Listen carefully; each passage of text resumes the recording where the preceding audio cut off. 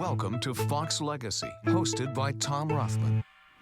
Why do birds suddenly appear? What's he doing down there? No, Oh,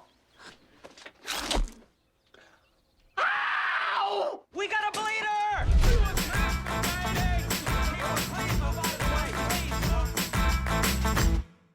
In 1998, the #1 domestic grossing film was Michael Bay's giant end-of-the-world visual effects extravaganza, Armageddon. The #2 picture was Steven Spielberg's harrowing tour de force, Saving Private Ryan. And the #3 picture? Another mega film? No. The #3 film of that year is one of the more unlikely success stories in my 18-year run at 20th Century Fox. It's a film that came out of nowhere, broke conventions by the score, and went from underdog to champion. A little $23 million negative with, at the time, no stars, but enormous cultural and industry impact that now ranks number 27 on the American Film Institute's list of the 100 funniest movies ever made.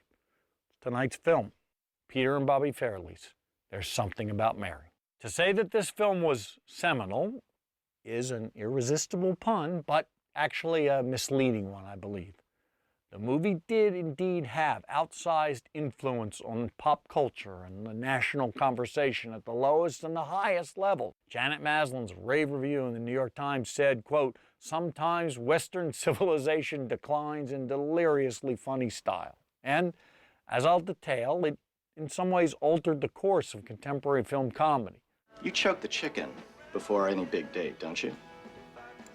Tell me you spanked the monkey before any big date. I've been going out with a loaded gun. Despite what's commonly thought, it wasn't really the semen that did it. Nor was it the Franken beans caught in the zipper or the other so-called gross-out scenes. The misnomer that was applied to Mary that's unfortunately stuck, and which I'm going to take a stab to try to correct here, was that it was the first of a new wave of gross-out comedies. To me, this does a brilliant film a great disservice. Now, it is very true and very important that Mary was the first successful hard R-rated comedy in the marketplace in a long time. In 1978, Animal House had pioneered the mainstream, I'd say, as opposed to John Waters' Pink Flamingo, for example, use of scatological humor. But the genre had run down and been run into the ground by the time of, say, Porky's 3 in 1985. The movies were extreme, but they weren't funny, and so they died off.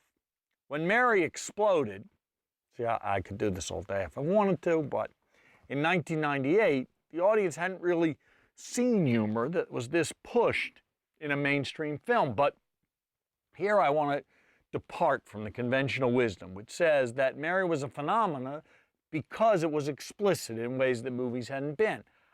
I believe that misses the point and devalues the film, which you'll love tonight, even in its slightly sanitized TV form. I think it's great not because it's gross, but because it's funny. And it's funny because certain extreme moments are used to punctuate relatable, deeply human situations in which wonderfully lovable or deliciously hateable characters are enmeshed. Let me assure you that this kind of character-based situational comedy with visual punchlines and great physical gags is tremendously hard to do. It takes fantastic skill. And while my friends Peter and Bobby will joke with self-deprecation about how little they know, don't you believe it. They're artists of a particular kind and with a particular sensibility, I grant you. But there is real classicism and craftsmanship at work here. Indeed, Ed Decter and John Strauss, who wrote the original script for Mary, have compared the structure of the film to classic film comedies like Some Like It Hot and Tootsie, in which the main characters harbor a secret that the audience knows, but their love interests do not. Much of the humor comes from the protagonist's struggle to keep their secrets hidden and from the audience's eager anticipation of the coming revelation. This comedic tension works whether the gags are gross or not. Look, for example, in the first part of this film, at the scene where our hero, high school braces and all, and by the way, those braces were real, painfully installed on Ben Stiller by a local Rhode Island orthodontist. Look at the scene where he, shall we say, gets caught in his own zipper. Ow! What's genius about the scene is the setup. It's, of course, the biggest night of his life. And then the serial humiliation of all the various visitors. It's been compared to the classic scene in the Marx Brothers' 1935 A Night at the Opera, where dozens of characters pile into a small stateroom. As Ted's embarrassment mounts, so do the laughs, then ultimately climaxed, by the actual Frankenbean shot, which is cunningly held back all the way until the end, when the audience believes, as they've been conditioned to, that they won't actually see the offended organs in question. Now tonight, the censors have decided you are too delicate to see the actual Frankenbeans. Therefore, the film will get to prove my point. You'll see that the scene's hilarious in its own demented right. I'm telling you, this takes skill, not just a willingness to be explicit. The Farrellys' ability at this kind of classical, physical, and situational humor on display currently in their very well-reviewed and received version of the Three Stooges movie. That's a film that is an homage to their physical comedy heroes. And, by the way, it's not an R-rated film or a PG-13 film.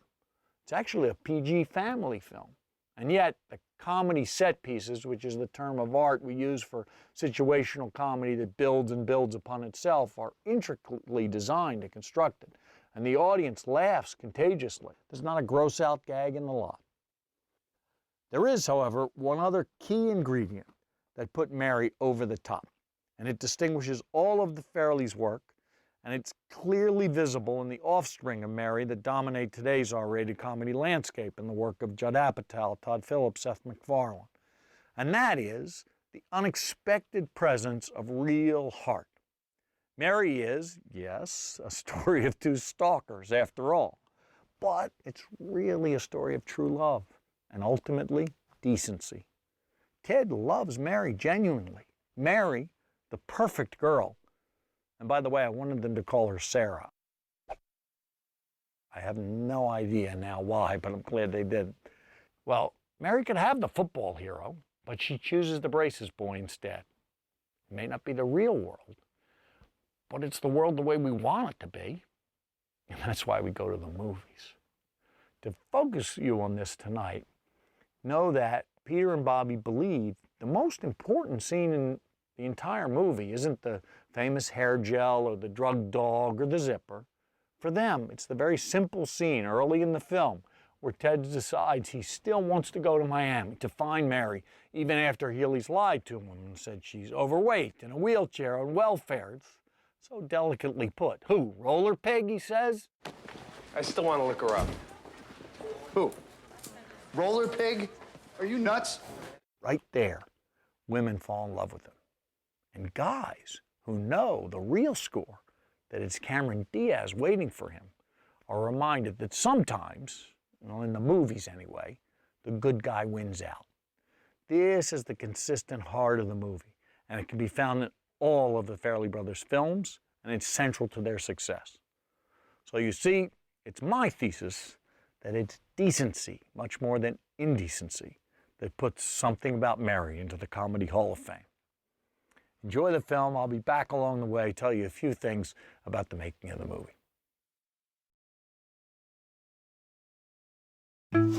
Fox Legacy, hosted by Tom Rothman, continues. There are parts of this film that I didn't understand when we were making it, and I don't understand today. The singing guy is one of them. Looking at the dailies of him in this very room, I kept calling the brothers up and saying, listen, is he supposed to be bad or is he supposed to be good? And they would say, we don't understand the question. I came to believe that the elements of absurdity sprinkled in like that, including, say, the dog scene where the dog is clearly, deliberately a puppet. Somehow they let the audience in on the joke of the film. It's all very postmodern. A phrase that if you said it to the brothers, they just kind of cock their heads and look at you quizzically. So who the hell is this guy? Well, he's singer-songwriter Jonathan Richman, founder of the 70s alternative rock group The Modern Lover. He made his film debut in the Farrellys' movie Kingpin, and here they use him, along with his drummer Tommy Larkin, to serve as a sort of Greek chorus. Look closely at this picture, Ted and Mary like before. Can you see her as Ted sees her, and why he couldn't wait no more? Bobby said of Richmond, "We think he's a poet." We put the Greek chorus in this movie for two reasons. One, Jonathan could tell a story. Okay, that's pretty obvious. Also, we really liked how they did that in Cat Ballou. Cat Ballou's where Stubby Kaye and Nat King Cole periodically appeared to sing a song to update the viewer. That was one of the Fairleys' favorite movies. So, as for me, I came over time to like him, but I confess I wasn't sorry to see him get offed in the end.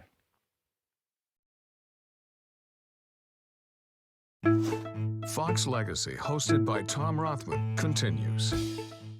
The film you're now watching has big stars in it. Ben Stiller, one of the biggest comedy stars on the planet. Cameron Diaz, one of the world's greatest female stars. And Matt Dillon, now a respected elder statesman and Academy Award nominee.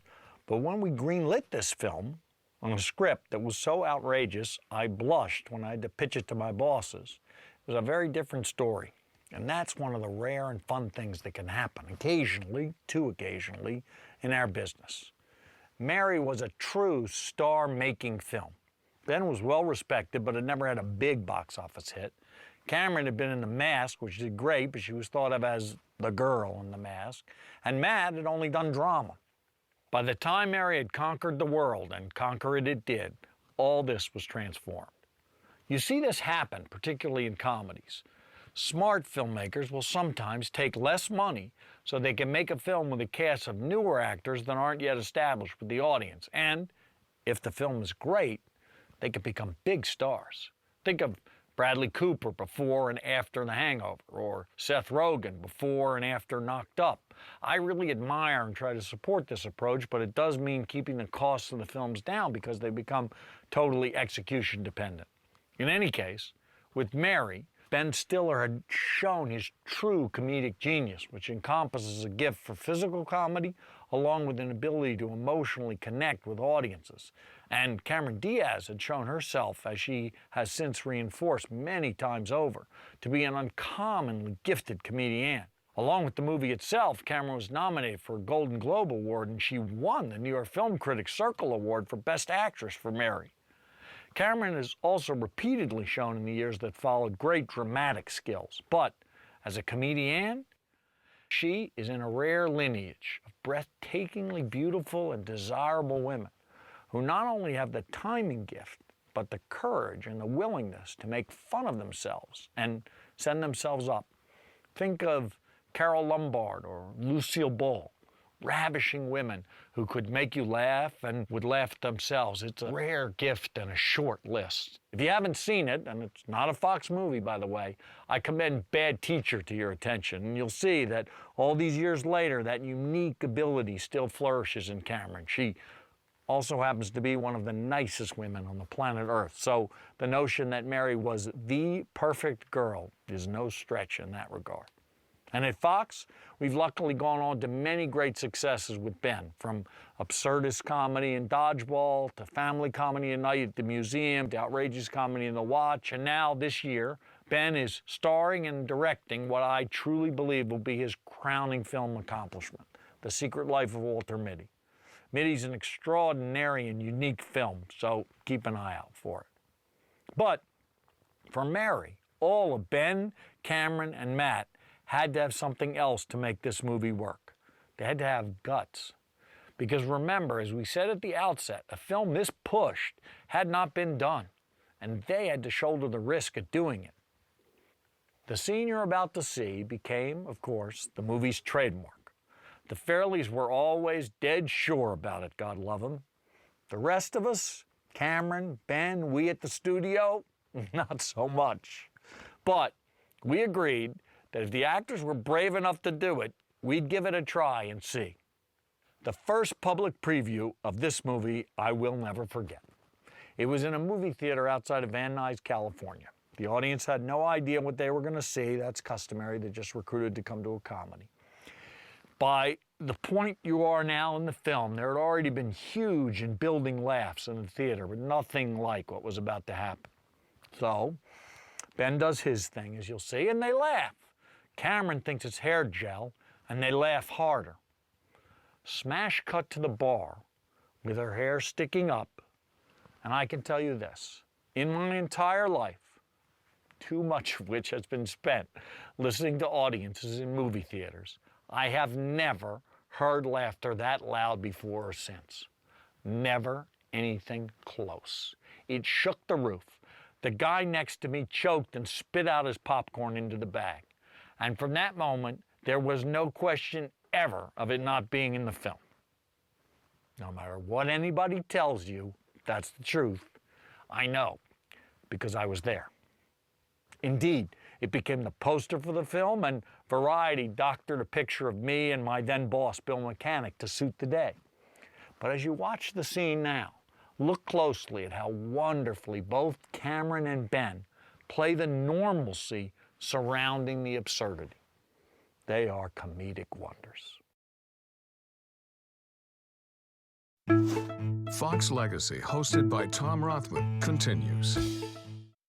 The contemporary movie business is what I call a parachute business. It means the movies open or they die. And open is a term of art for how much money you take in on the first weekend, which in truth is now a function of how you do on the first Friday. We say out here, did you open big? Did you open number one? Did you open at all? Rare indeed is the film that's released wide, that's as opposed to, say, on a limited screen platform that then expands, as we do with our Searchlight films, for example. But for a film that goes out everywhere all across the country on the same Friday and doesn't open well, for that film to even survive is highly unusual. For it to prosper, rarer still. For it to do what Something About Mary did is unheard of. Indeed, I believe, though I can't be absolutely sure, Mary is the only movie ever to open at number 4 in the box office rankings, which is not great, and then 8 weekends later rise to number 1. And believe me, we had tried to get as many people in on the opening weekend as we could, but as I said earlier, the movie had no stars in it then, and most of the funniest scenes were too raunchy to show in trailers. But Mary was that true word-of-mouth phenomenon. Audiences both adored it and yet had never seen anything like it.